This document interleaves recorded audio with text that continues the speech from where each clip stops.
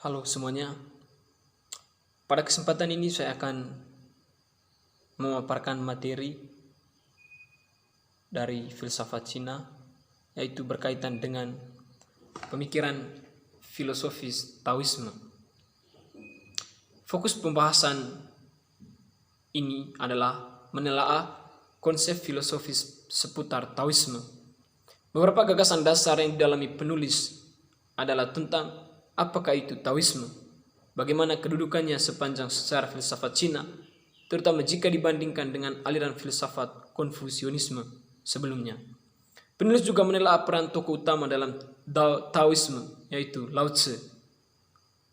Tokoh ini dikatakan sebagai penulis karya filsafat pertama dalam sejarah Cina, yaitu Tao Te Ching. Kemudian penulis juga berusaha menelaah ajaran-ajaran Lao Tzu yang berkaitan dengan penamaan Tao Te Ching, ajaran tentang Tao Ching atau realitas tertinggi, ajaran tentang De Ching, kebajikan, prinsip-prinsip De Ching yang di dalamnya menyangkut prinsip Wu Wei, prinsip Yin Yang, prinsip harmoni, prinsip kesederhanaan. Saya juga menelaah ajaran mengenai kepemimpinan sosiopolitik Lao Tzu. Dan pada akhirnya saya akan membuat sebuah kesimpulan singkat berupa ringkasan tentang pemikiran Taoisme. Kita masuk pada yang pertama, yaitu Taoisme dan kedudukannya dalam filsafat Cina. Dalam aliran filsafat Cina, Taoisme banyak memberi perhatian pada hal-hal metafisik. Salah satu indikasinya adalah konsep mereka tentang Tao yang berbeda dengan aliran Konfusianisme. Jika dalam Konfusius, Tao diartikan sebagai jalan, satu cara atau pedoman etis untuk bertindak, sementara dalam Taoisme konsep Tao lebih mengarah pada pengertian metafisik. Tao dalam Taoisme selalu mengacu kepada keseluruhan segala sesuatu yang setara dengan apa yang oleh sejumlah filsuf barat disebut yang mutlak.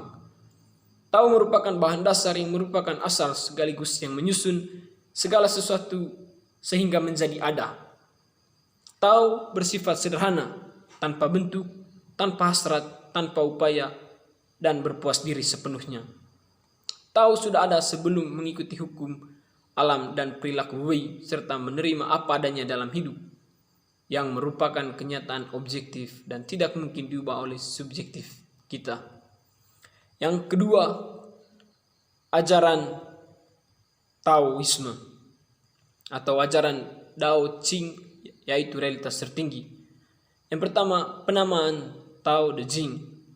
Aliran Taoisme sering juga disebut dengan Tao Te Ching. Sebutan ini diambil dari judul buku yang ditulis oleh Lao Tzu, yaitu Tao Te Ching. Buku ini kemudian menjadi buku pedoman utama dalam Taoisme. Ajaran Lao Tzu tertuang dalam buku Tao Te Ching ini, atau buku mengenai jalan atau kebajikannya. Yang kedua, ajaran tentang De Ching, kebajikan. De Ching merupakan ajaran tentang kebajikan dan etika. Bagi Lao Tzu, etika tindakan manusia dibangun sesuai dengan Tao. Karena itu, moralitas muncul dari sikap meniru Tao, sehingga manusia mampu memiliki konsep tentang yang baik. De Ching merupakan perwujudan Tao. Jika manusia menjalankan Tao dalam kehidupan sehari-hari, mereka mencari De atau kebajikan. Jadi, De adalah cara ada segala sesuatu bagi semua forma eksistensi. Yang ketiga, prinsip De Ching, yang di dalamnya mengandung prinsip Wu Wei, prinsip Yin Yang, prinsip harmoni, dan prinsip kesederhanaan. Wu Wei didefinisikan sebagai tidak melakukan apa-apa, suatu sikap tidak memiliki keinginan, dan suatu tindakan sikap kehendak yang tidak memaksa. Sementara Yin Yang, dalam prinsip Yin Yang selalu bergerak dan berubah tiada henti secara harmoni melalui siklus yang akan kembali kepada asalnya lagi. Sementara prinsip harmoni, keharmonisan terjadi ketika orang menjalani hidup seturut tatanan alam semesta. Dia ingin memiliki jiwa yang tenang serta tidak memiliki nafsu, keinginan, dan egois. Dan prinsip kesederhanaan dilambangkan dengan balok kayu. Balok ini pada awalnya sederhana, namun sering bisa membentuk apa saja oleh tukang kayu yang berpengalaman. Ajaran tentang kepemimpinan sosiopolitik Lao Tzu. Konsep kepemimpinan sosiopolitik Lao Tzu mengikuti prinsipnya yang utama untuk hidup selaras dengan alam semesta.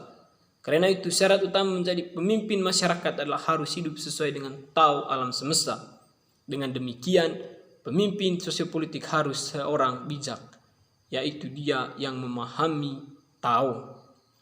Setelah mengkaji berbagai konsep penting dalam filsafat Taoisme, saya sampai pada kesimpulan bahwa filsafat Taoisme sebenarnya mengajarkan hal-hal berikut.